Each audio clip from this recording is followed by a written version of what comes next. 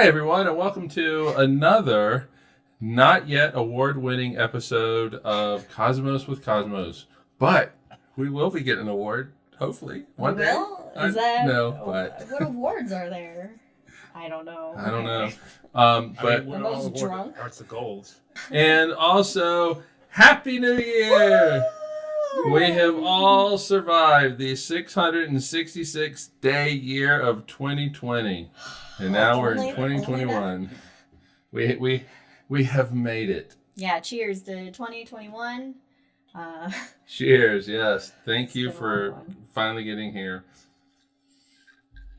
Speaking of cheers, Brandon, what are you drinking, man?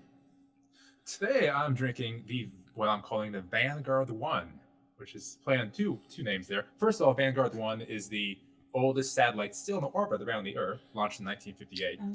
Nice. And number 2, the Vanguard team is the team in the Rebellion in the new Star Wars Squadron game, which I absolutely love and have played it for like 12 hours in the last day. So, Vanguard 1. Nice. Oh, and it's Earl Grey, hot, and bourbon. Hey! Oh, nice. So it's just like it's a hot toddy, basically. Hot toddy. It is, but I call it something cool. Yeah, well, that's what we do for all the drinks. True. Is we just call them something. This is rum and coke, but it's called Nebulon 2000. Liz, what are you drinking? Well, speaking of which, I'm drinking a Powerman 5000, which is red wine and coconut rum with a little bit of sweetened lime juice. Nice. Mm-hmm. Nice. With what's in it though? Oh, with a Death Star ice cube. I don't know if you can really tell, but Set phasers to fun, am I right? hey. What are you drinking? I am drinking. I have two drinks. My first one is called a ship in a bottle, which is what instigated this whole episode. My second, the ship in a bottle has cranberry mango mixer with mango vodka and coconut rum. So Tropical.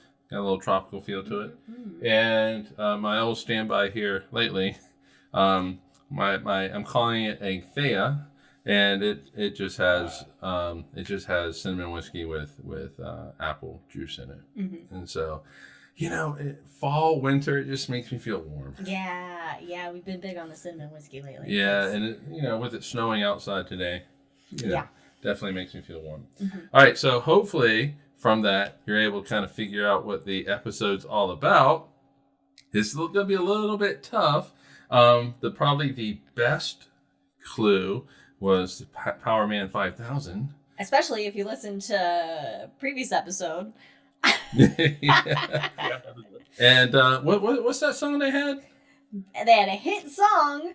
Maybe their only hit song, I don't know, but When Worlds Collide. When Worlds Collide. So today we're going to be talking about what happens when things bump into each other, which happens quite a bit in the universe. Like a bump in space. Yeah. But before we do that, maybe a little bit of social stuff. So follow us on all the social things: Twitter, which is Drinking Cosmos, Insta, Cosmos with Cosmos, and of course follow us on any place that you get your podcasts. So Apple, Google, you name it. Follow us because it gets us pennies.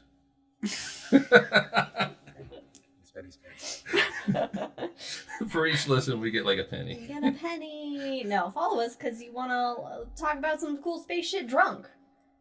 Yes. Except I think we're the only ones that are getting drunk. Yeah, that's fine. That's fine, though. All right, so... Like my birthday all over again. Aww. Oh, that's really sad. I was going to go with the joke. It's like my 12th birthday, but that's just been way too off. So anyway. All right, so of course, if you're new to this, which, we have a few rules that we have to follow. So anytime one of our beautiful puppies barks, take a drink. Mm-hmm. Gotta take a drink. Anytime that there is a Star Wars reference, which we'll have to suspend maybe in the hangover, take a drink. Take a drink with that. Any Lord of the Rings reference? Hey. Take a drink. And is it Tolkien's birthday? It is It's Tolkien's birthday today. So everybody take a drink for Gotta take a drink. Tolkien right now. Happy January birthday, 3rd. JR. Happy birthday, Professor. Jr. Tolkien. Which I recently found out his grandson was actually briefly in the Two Towers. Oh, really? The Two Towers? That'll be Return to the King. Yeah, Return to the King. He's handing some spears off to the guys in Osgiliath as the orcs are coming. Oh, okay. That's a neat fact. That's Did not know cool. that. That's cool. And Brandon, you have an update for one photon, Major Photon. Major Photon, where is Major he? Photon. So remember this guy back on March 22nd, 2020, before the dark times, before the Empire. It was the start of Dark Times, Sorry, actually. Dark Times. This is the beginning. Yeah, so we did a thought experiment. What would happen if we launched a photon from the sun and watched it go through the episode? Like when would it get to, Mercury, Earth, Mars, what have you? And we decided to kind of keep track on them as it went. So as of today, it has traveled, how many days? 287 days, which is 4.6 trillion miles, and which is kind of a big moment for us because now it is officially 25% of the way through the Oort cloud, the big nebulous, Wow. big rocky area. Man, we're 25% of the way through. That's So in the 2.5 years, when we get all the way through, we need a major photon party. yeah. Yes. Okay. All right. Wait, in 2.5 years? yeah, we're only 2.5 years. 25% the way through. And the Oort Oh cloud my extends to about gosh. 3.2 light That's a years lot out. of episodes. That's a lot of questions that we Space have to is so dive big into. again. It's a lot of can't- drinks. I still can't fathom how big space is. I know, right? All right. So my what are the brain's odds broken. things collide Anyway. in space? Yeah. Right. They're pretty good. They're pretty freaking good. All you gotta do is look at the moon. Yeah. It's covered in craters. It went bump with a few things. That's true. Mars has had a few bumps. There's like little pockets in space where there's things that are kind of close together, Yeah. relatively speaking. So we're going to look at that today, and I do have to just say why my drink is called a ship in a bottle. Oh yeah, which started this. And it started all this. Liz will tell you that on occasion I will have a little bit of an issue with a TV show or a movie when physics isn't exactly right. What? What? No. I do. Not Mike. I do try to suspend it most of the time. But well, the episode in question is called "Ship in a Bottle," and it is the second episode of Moriarty. It's Fabulous episode though. it's a great episode. So Moriarty wants to leave the holodeck, and of course he can't do it because he's a holodeck. He's a hologram. Yeah, he's a not holodeck real character. Person.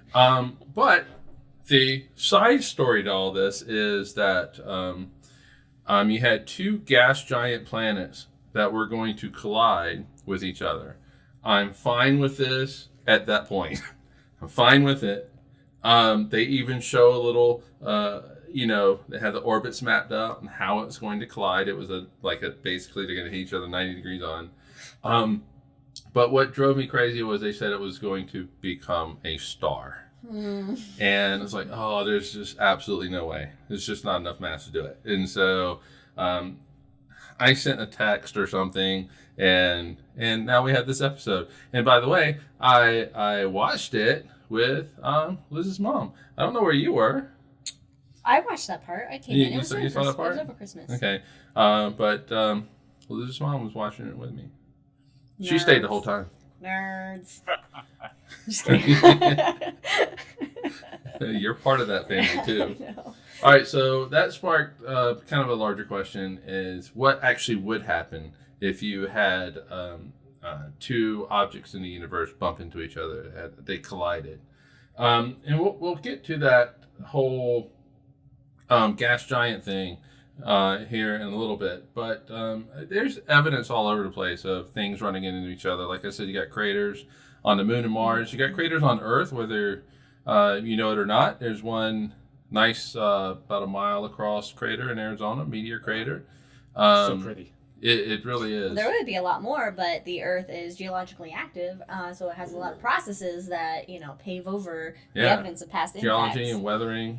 Water, volcanoes. Yeah, and there was a good sized asteroid that bumped into us, and those were not our dogs. Those weren't our dogs. No, I have a door open because it's nice outside. But we have to drink. Drink anyway, because it's a dog bark. Wow. It's a big white dog across the way.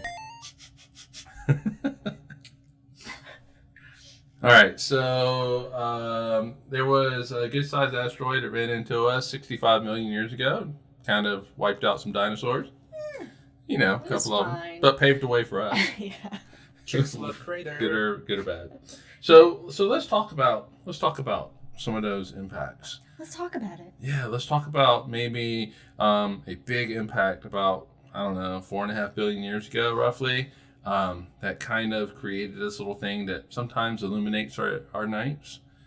And people think that if it's full, that a lot of crazy people will be out on the streets. The space station. Yes, exactly.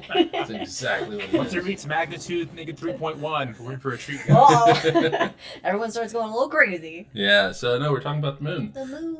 Yeah, so prior to the Apollo missions, so a little bit of history here. Prior to the Apollo missions, physicists and astronomers were trying to figure out how the moon was formed, and they came up with 3 ideas.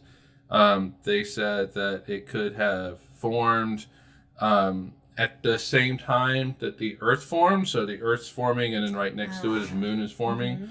Mm-hmm. It could have been captured, so maybe it got a little too close. And the Earth was like, boink, you're mine now. Pretty much, and that's exactly the sound effect that occurred. It goes boink. Boink. And to this day is the only sound to ever occur in space. Boink. Boink. Yes, because no one hears you scream in space. Or boink in space. Wait. And the other one was that the third idea was that this Earth was spinning so fast that it just kind of spit off the moon. Kind of it got a little sick. It hit too much G's, and it was just like spit it off. It's called fission. Then it could slow down a little bit. Yeah, it's called fission, but so to kind of go off that for a second, I think there was a quote unquote theory, it was a crazy person theory in the 50s or 60s, how like Venus came out to be, and this idea was Jupiter was spinning too fast, and it blurted out Venus and some of the terrestrial planets. I'm just I remember picturing reading that. about that. This is crazy. I'm just picturing that in my head, and Jupiter just all of a sudden like throws up the terrestrial worlds. Just get off the stage, son. Throws a Mercury at it. Is that because of Mercury? Because of Venus's thick atmosphere? They're just like, oh, it came from Jupiter. I think so, if I remember correctly. Never mind that the 2 atmospheres are very different from each other. But whatever. Details. Who cares? But then we sent astronauts to the moon. Oh. Yeah. 12 astronauts to the moon. They went there from 1969 to 72. And they brought back a bunch of rocks. And, of course, we looked at those rocks. And one of the purposes of bringing back all these rocks was to try to prove one of those 3 theories that they had come up with. And it didn't work. And so they came up with a 4th one, which is called the giant impact theory, which an object about the size of Mars, not Mars itself. Not Mars. It was not Mars. If Mars is still there. An object about the size of Mars hit the early Earth at a very glancing blow and knocked off all of this material. And that coalesced and formed the moon. And that is, they can, with that theory, you can, or that hypothesis, you can, you can predict a lot of the things you actually see on the moon. Well, characteristics of the moon. And they got that because they found stuff in these rocks that were on the Earth, and they're like, wait a minute, if the moon came from somewhere else, then it shouldn't be made up of a lot of the same shit the Earth is. Exactly. And so that told them that, oh, this came from the Earth. Exactly. And so if you look at the crust, the mantle of the moon basically is characteristically extremely similar. It's very similar to the Earth. Mm-hmm. A lot of the isotopes and molecules and that kind of stuff you find on the moon, you find in the same abundance here on Earth. Mm-hmm.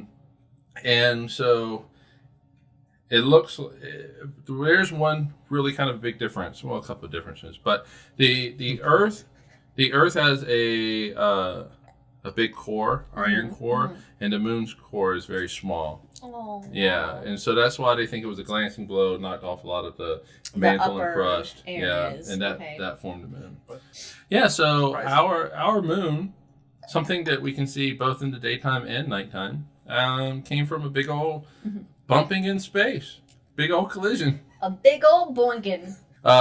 So that collision between Earth and an object that is called Theia, a Mars-sized object, that impact burst the moon about 4.5 billion years ago. Cool. Yeah. And then it ran into a lot of things because of all the little craters and stuff. Yeah. And of course, how it impacted determined a lot of things. Like if it had hit the Earth straight on, what would have happened? If it wasn't a glancing blow, if it was a direct... Well, you remember Alderaan? Oh, okay. just bada boom and pieces everywhere. Well, it was a slow-moving collision, relatively speaking. But if it were a fast-moving collision that was head-on, yeah, it probably would have. Or a whole shit ton of Skittles. Oh my god. Going really fast. Skittles. My mom asks on Twitch, Twitch. Now I'm thinking it's Twitter. Wait, Mom, do things the moon and come toward Earth? So do if things something impact hits the moon and comes yes. towards Earth? I think. Okay. Yes. Oh, hit the moon. Okay. Oh, hit the moon. Okay. Oh my gosh. Well, I don't think we should think of it as like an object hits the moon and then bounces off the moon and then ping pongs off of us. So much as you could have, and this is probably a lot more plausible, and I think there's evidence of this, where you can have something hit the moon, knock off material, and that material falls onto Earth and hits the Earth. Mm-hmm. And there's actually... No, go ahead, Brandon. Yeah, that's definitely has truth there. If you go to like gemstones in Tucson, for example, you can always buy little tiny itty bitty moon fragments, and they come certified and that kind of stuff. But so yeah, we do see it quite often where stuff is knocked off of the moon or planets like Mars and end up on planet Earth. In the 90s, that's how we had that one Martian rock that ended up in Antarctica. Yeah. And we thought there's signs of life on this rock from Mars. Hold the presses. And I think in the movie Contact, when Bill Clinton is speaking, he's actually talking about that rock from Mars, but he just interpolated it for the Contact scene, which is kind of a neat fact too. That's neat. So yeah, it happens quite a bit. Yeah, but they don't bounce off like what you're thinking, or at least how I read the question. So that would be really kind of cool if they did. But little ping pong thing. It's just like a cartoon. What is it? Pebble skipping, rock Marbles? Skipping on like a lake. Skipping stones. I don't.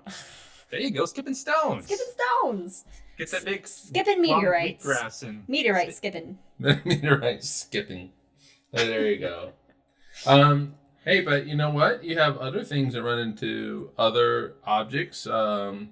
Like, I don't know, maybe planets with a comet or two? Yeah. Brandon, any thoughts on that? Certainly, Mike. Is that your way of like, you're like, okay, I've talked enough. That's pretty much it. Tired of talking. I'll give Brandon some think time. Katie says moon pinball. And Jack says space bumper cars. Yeah. Well, I always think of like the end of Men in Black with the aliens, marbles, or marbles with galaxies or universes. Yeah. I always think about that. I'm like, that's probably most likely what the whole thing is. It's just we're inside of some fucking marble somewhere. Mm-hmm. Anyway. Yeah. Anyway. So yeah, with asteroids or comets hitting planets, of course, Mike mentioned the Chicxulub crater that wiped out the dinosaurs, and the meteor crater near Flagstaff, Arizona.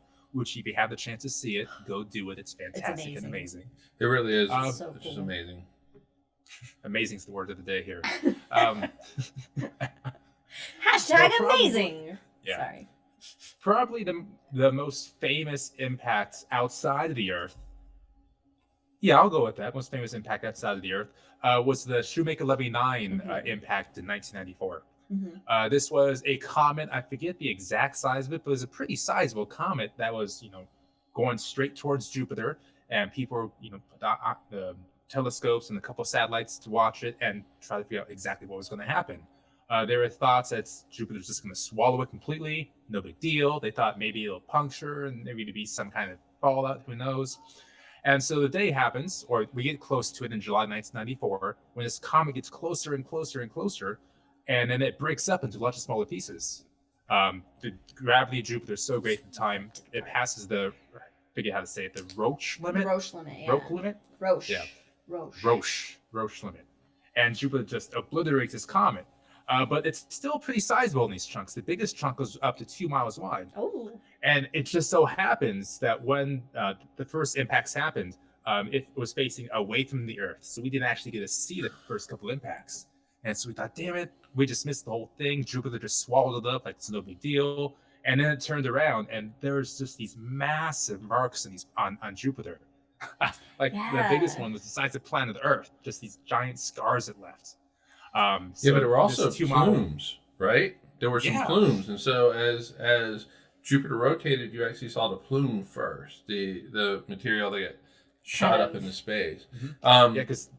Yeah, but I think also that just a little bit of history about that comet. Also, it was discovered a year or two prior to impact. 2 years, yeah. 2 years, 1992. Yeah, so Shoemaker, husband and wife team. Is that a Lowell? No. Well, Gene Shoemaker and his wife. Oh, what is it? Carolyn? I don't know. But anyway, they were connected with Lowell in some kind of way. Yeah. But then you also had David Levy, which they worked together, and they found this comet, the ninth one of them together.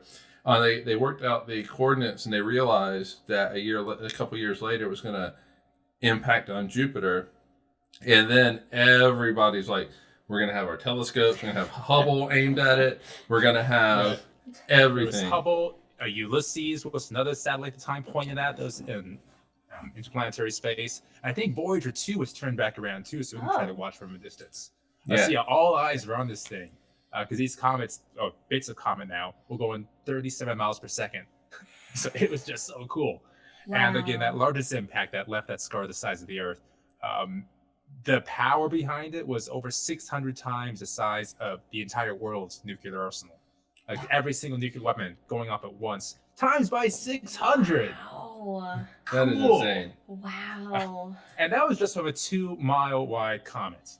Well, and also you don't think about how Jupiter being a gas giant is primarily gases. You don't think about there being like an impact, that it would just kind of swallowed, like a rock falling through a cloud or something, but for the longest time we didn't even know what Jupiter's core would be like. We had ideas and things, but that's why the probe Jupiter was sent out. Juno. We got there in June 2016, 2015. Juno. The probe Juno. You said you called it Jupiter. Oh, did I call it Jupiter? Yeah. Juno was sent out to Jupiter. Oh, it is Carolyn. It is Carolyn. Okay. That's and by the way, Google the Shoemaker Levy 9 Jupiter, and it will show you the scars on Jupiter. Yeah. It is insane.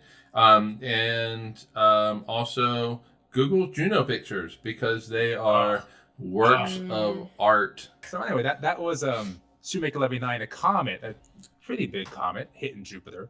But then we thought, well, what happens if the Earth were to hit Jupiter? What would happen then? Because we got to ratchet up a bit. Well, it turns out that probably happens. The early solar system being what it was, around the same time Earth and Theia got together, with the leading idea is that another Earth-sized mass, or 10 times Earth-size, slammed into Jupiter. Because when Juno looks at the core of Jupiter, it's noticing that the elements, they're not all heavy elements inside the core. when Jupiter was forming in a big accretion disk around the sun, obviously the heavy elements get together and they form the core planets because they're heavy. They sink down to the bottom. But looking at Jupiter's core, the heavy elements are kind of dispersed throughout its core and the inner envelope of Jupiter. So something happened there. And so again, the leading idea is a big giant object bigger than the Earth slammed into it. And Jupiter just kind of swallowed it up. It hit the core and it kind of dispersed all those heavy elements within the core out to the inner envelope of the planets. Yeah, so it would still be there. It just changes its core function, which is kind of neat. And I found this article in Nature magazine, and they actually have simulations. This is of what there it you would look go. like. There's a simulation image for you on Twitch. If you're listening on the podcast, Ooh. I don't know, no That's, luck for you. yeah, so that's one Earth mass. They had another one of a 10 Earth mass, and the core gets a little more funky. So that's just what happens if the Earth were to get boinked by Jupiter. Boink, Wait. boinking. Maybe that should just. We need to change the title of this episode. When Boinking in worlds boink, space. When worlds boink. What happens when worlds boink? Neat. Hey, Brandon, you said that you recognized one of the formulas in Nature magazine. I did. It was the escape velocity between two masses. Oh, nice.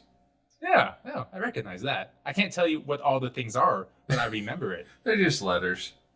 You know, So in good. physics, they don't really mean anything. So, I'll just smile and then on.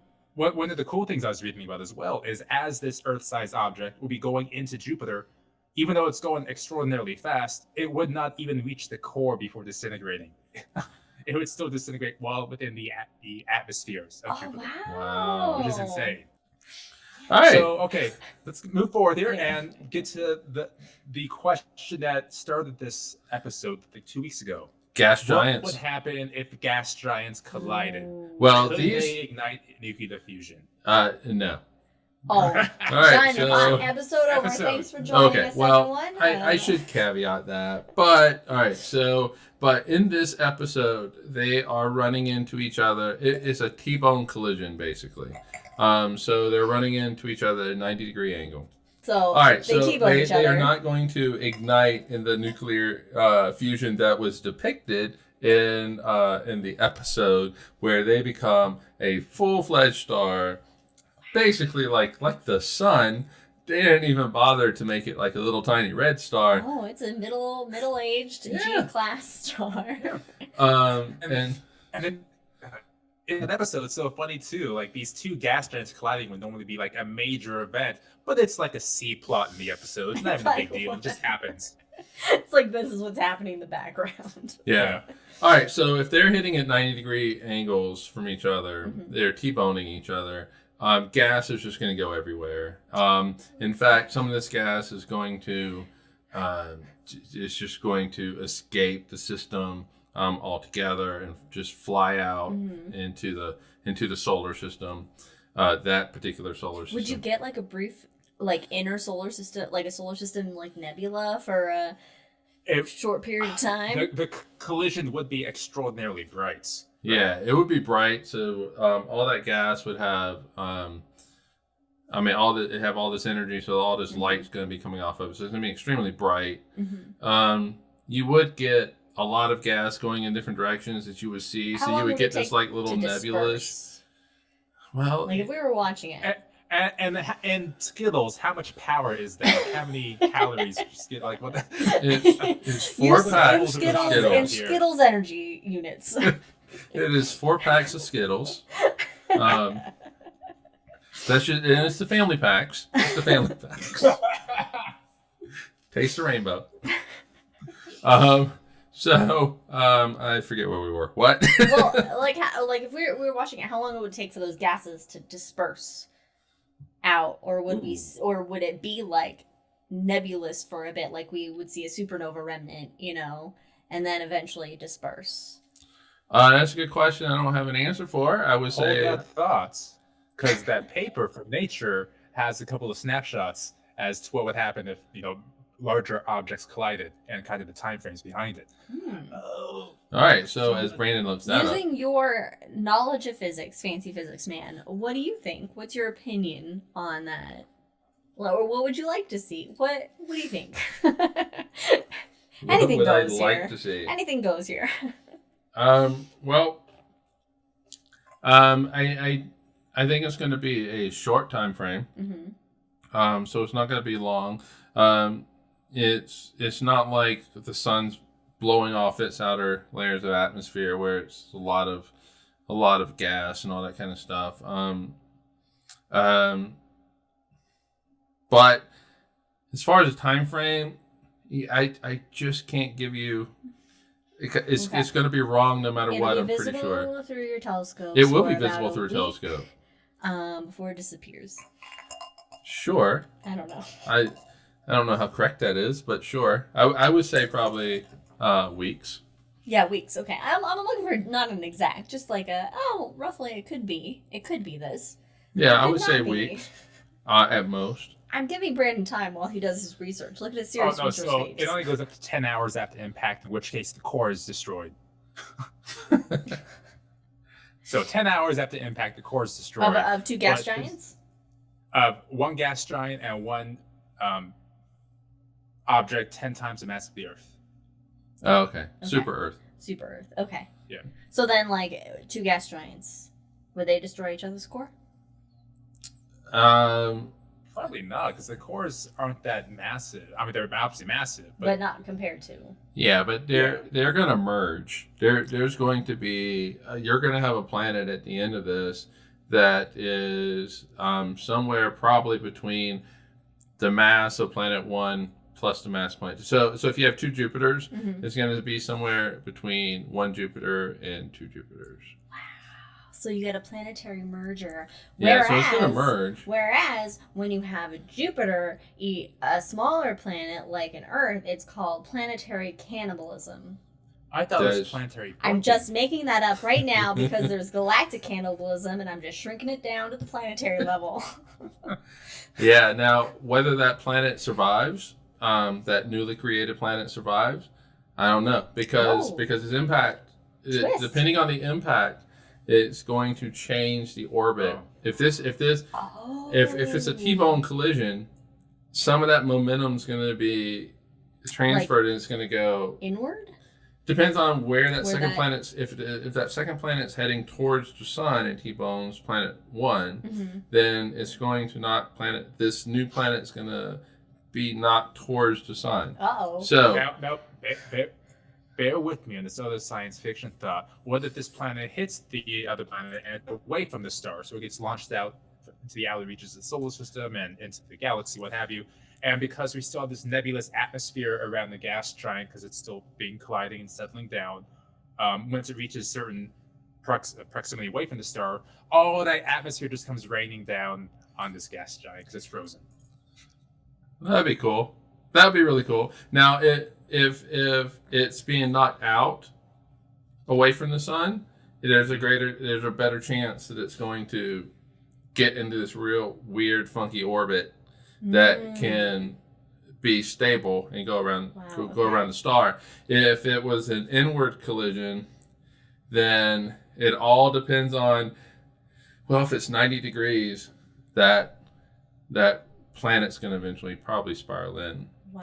Because it didn't have enough velocity to keep it into a stable orbit. Okay. It'll be a nice slow spiral.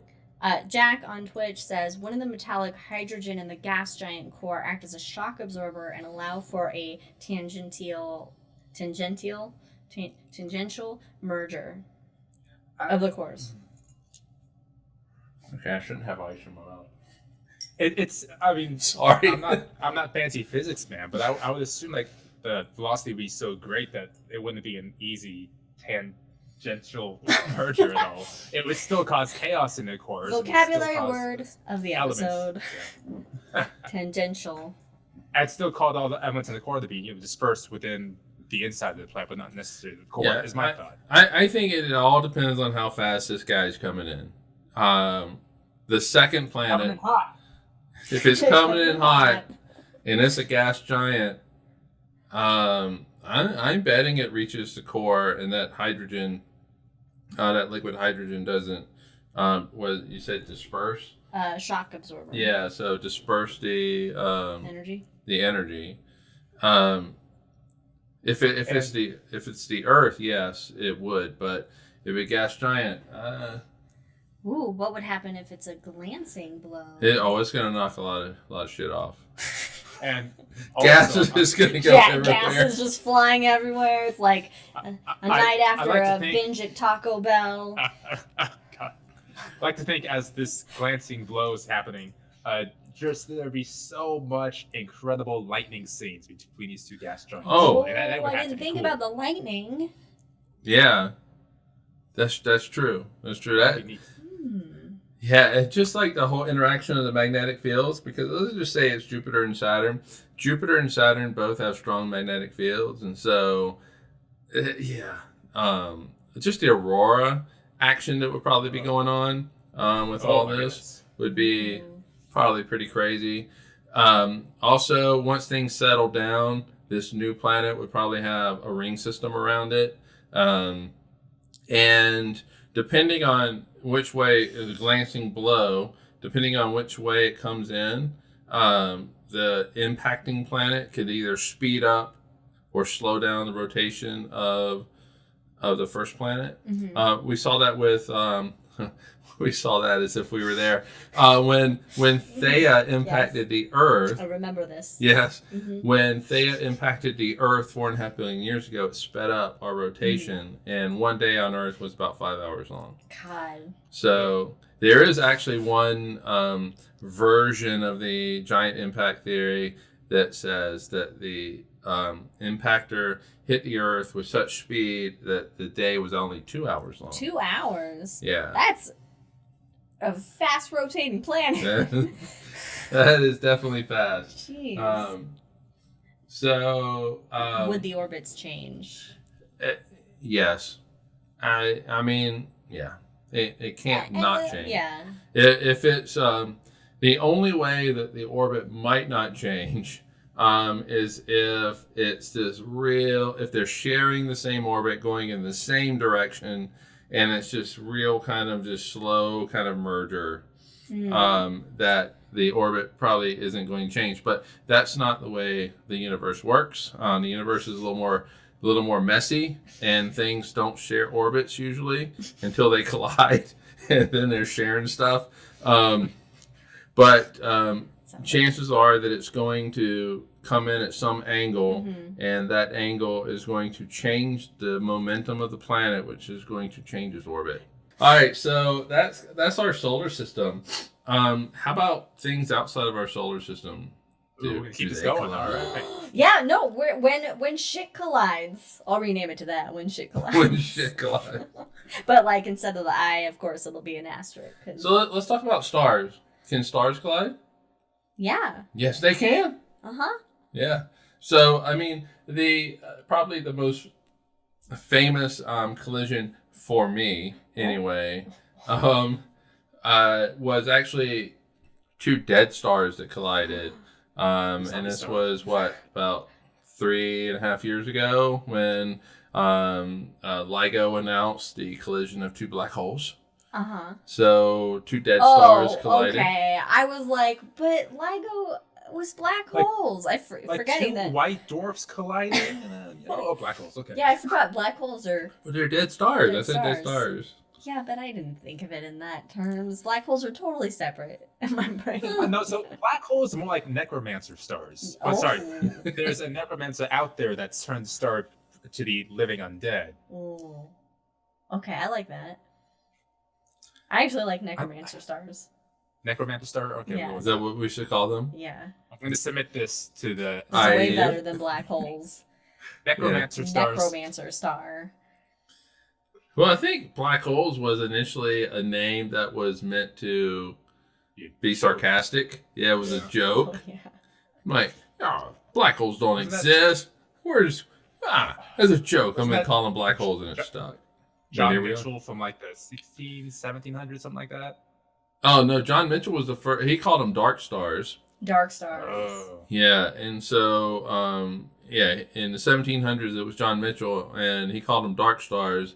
But it was in the 50s or early 60s that it's almost like the Big Bang as well, which is also was a joke name. Oh, yeah. So, dark matter. Dark matter. Dark energy. Dark stars. Man, black astronomers holes. be sassy and sarcastic. Just call them singularities. Just fucking call it a Big Bang. All you singularities.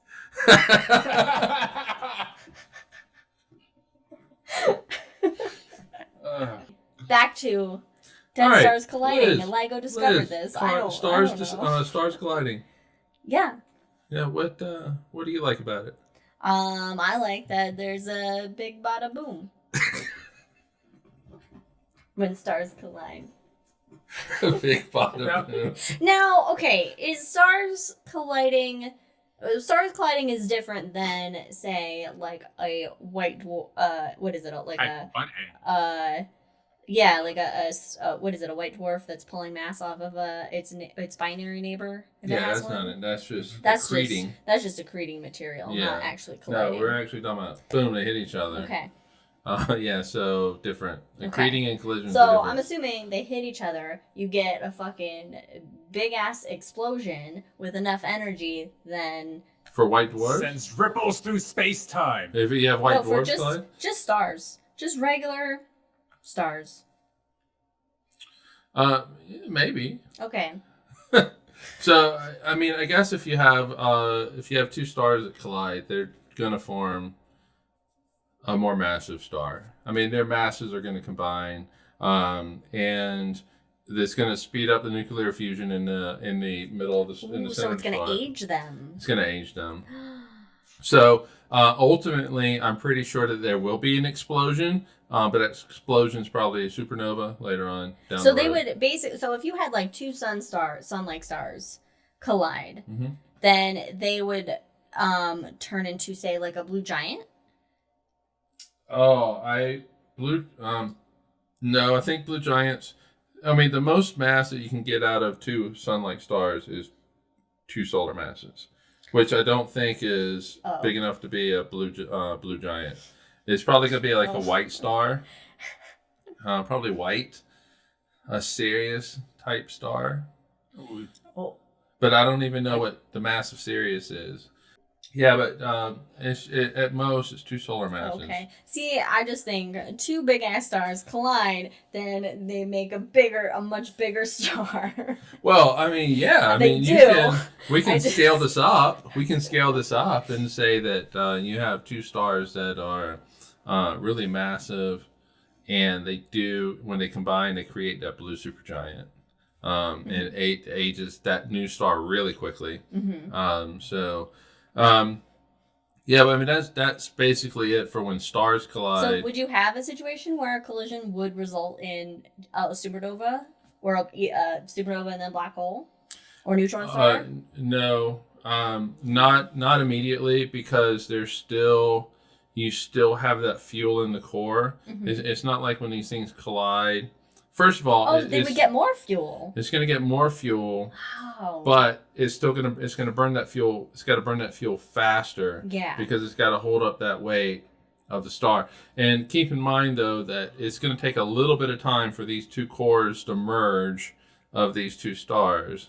It's not instantaneous. I want it to happen now, and I want it to have a big explosion. Oh, Sirius A is 2 solar masses. I was right. I'm right? I was horribly wrong. What was I right about? Sirius A being about 2 solar masses. Oh, no, that was Mike. Mike was right. Oh. Mike's right. Yay me! I was like, I was right about something. Yay me! Would bits and pieces of these stars fly through space? Asks Cannon. Like planets?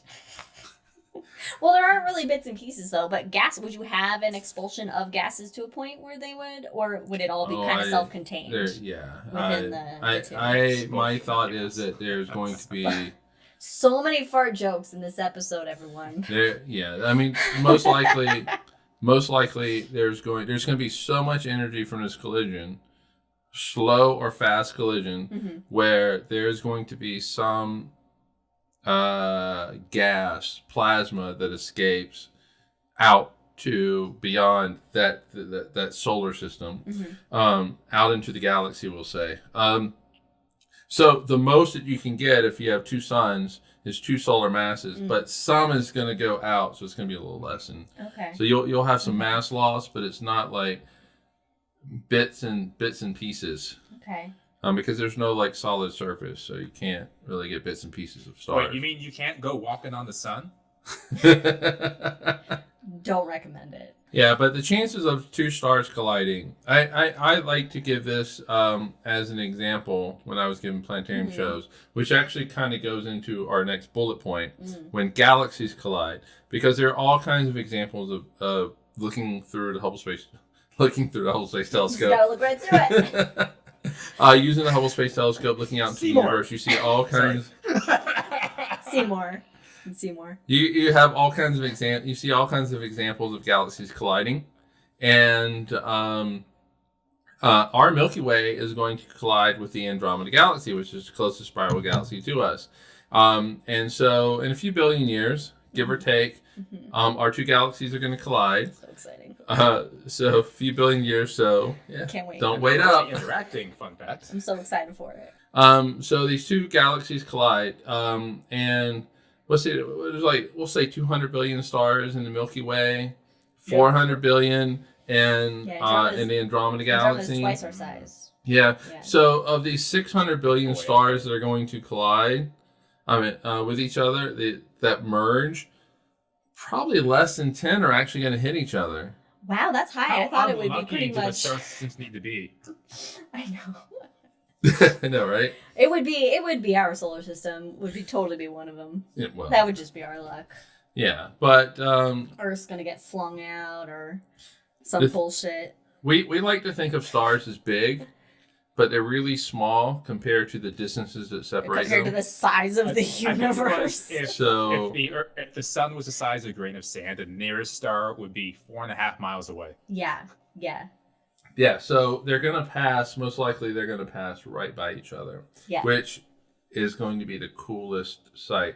Can you imagine being on the Earth, say, 3 billion years from now when this collision is occurring? Stars are everywhere. Is nighttime going to be as bright as daytime? Because now you have so many stars. Like if you're in a globular cluster. So I got gradual issues. and also, like, in our night sky right now, you can see like 6 stars out there, light pollution, even though you should see this glorious Milky Way galaxy above you.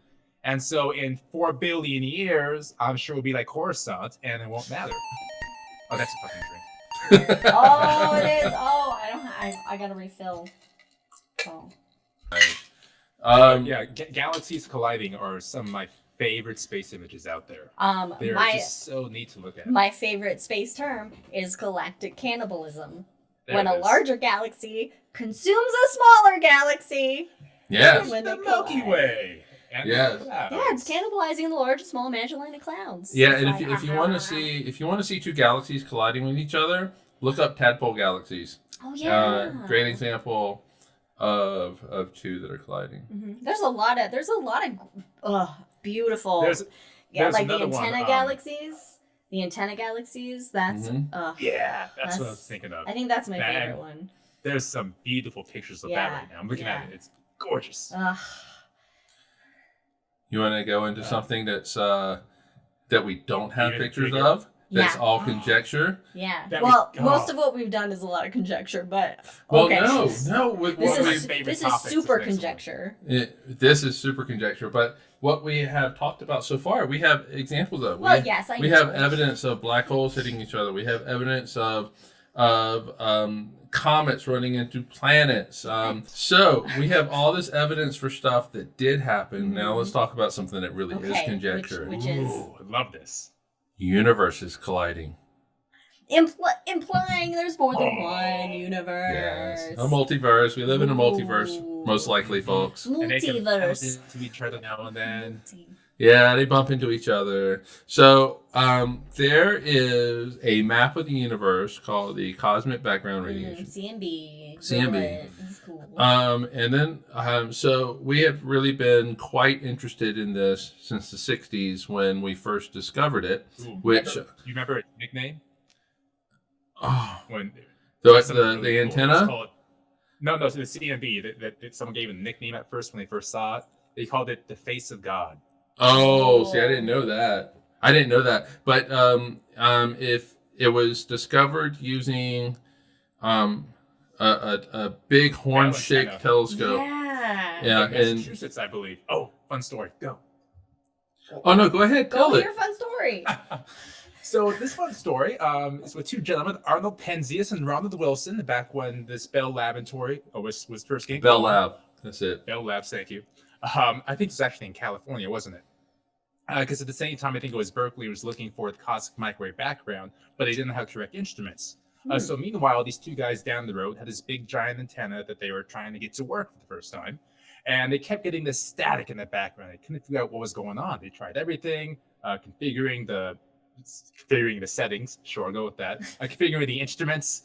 And they even went into the antenna itself, this big horn-shaped antenna, and swept out what they called white dielectric material. Which is? Just bird shit. So they swept out bird shit because clearly there's some kind of static going on here. And they kept having this problem. So finally, they reached out to these guys over at Berkeley or whatever it is, and hey, we have this issue. There's a static in the background. We don't know what it is. Do you know what it is?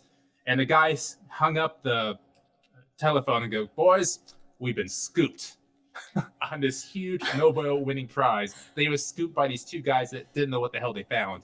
And those Arnold Penzias and Robert Wilson ended up winning the Nobel Prize for just stumbling on the cosmic noise of the universe.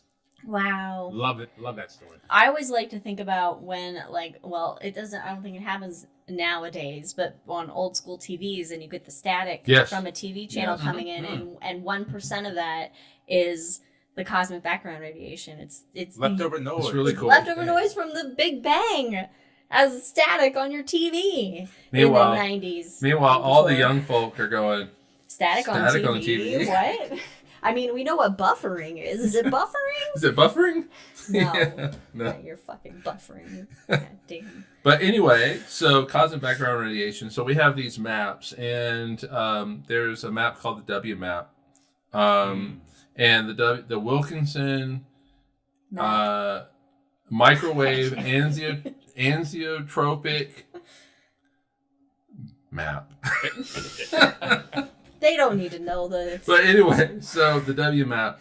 I was going to feel good if I could everything remember. space related is like an anagram. Acronym. So acronym, not anagram, acronym. But anyway, so the W map took a high-res picture of the cosmic background radiation. Mm-hmm. And down in the southern part of the map, there is a cold spot, which is about 100 times colder than the other cold spots in this already cold spot map. Universe is cold. Yeah. And so there were ideas of that it was a statistical problem, which has kind of gone away. Mm-hmm. Could it be bird shit? No, because W map is in orbit. Oh, okay. So no birds up there. No space bird shit. Could it be intervening galaxies that we just can't see that are causing this issue? Which is no. And galaxies, we can call them. So it's almost like it is a bruise on our universe from an impact from another galaxy, from another universe. And if this is conjecture, but string theorists, which I hate calling it a theory, but anyway, string theorists can show it within their string theory, their models, yeah. So another universe. So when universes collide, it's just kind of like a boop. Yeah, they just bump into each other. Like they bump these membranes and then bounce away from each other. And then they got bruises left behind. I love that. Like anytime I bump into something. Yeah, all you have to do is touch something and get a little bruise. You get a bruise. Yeah. So bruises I don't know where they came from. I remember one of the shows that got me really hooked on this like hardcore quote unquote hardcore science. Came out in like 2000. Hardcore science and boinking in space. This is cosmos. It was like in 2000, 2003, something like that. Brian Greene came out with Fabric of the Cosmos, that series, and he had this moment of theorizing if two universes meant are close together, and once in a while they touch, they will spark off big bangs, and that just sounded really cool. Is Yeah, that so one just the hypothesis idea to of the Big Bang? two Is bubbles. that it was from a universe collision? Yeah, that's a hypothesis. How do you go about proving that? But I don't know. But if two universes collide and make a Big Bang, then that would be making a third universe. Yeah. Because the two universes We're are thinking already in, like, there. 3 or 4 dimensions here. We need like another 12 dimensions, and then we can kind of understand. Yeah. Katie suggests or asks, are they called baby bangs? I prefer not to call them baby bangs. They're just a little boop. Like a boop of the nose bangs. Boop. Boop. So, when our universe starts to cool down, as everything starts to die off, as it expands into nothingness, if we get hit by another universe, would that destroy our universe, or would that help? Would that reinvigorate? No, not like. Things. I don't think like what us banging into that other universe didn't seem to infuse a lot of energy into necessarily our universe. If it does, if it's a cool spot. If it does, if there, I want to say there might be 180 degrees from that, there might be a hot spot, but it's not a lot. It's not that much energy to reinvigorate the universe in which we live in. You think that universi, that's what we'll call it, would have more energy if they collide. You have to imagine the amount of energy already to disperse galaxies like that and make an area devoid of heat is already an insane amount of energy to do that, right? Well, yeah, but it's also it's probably also being diffused through multiple dimensions. So that energy is not just kind of just showing up in hours. Wait a minute.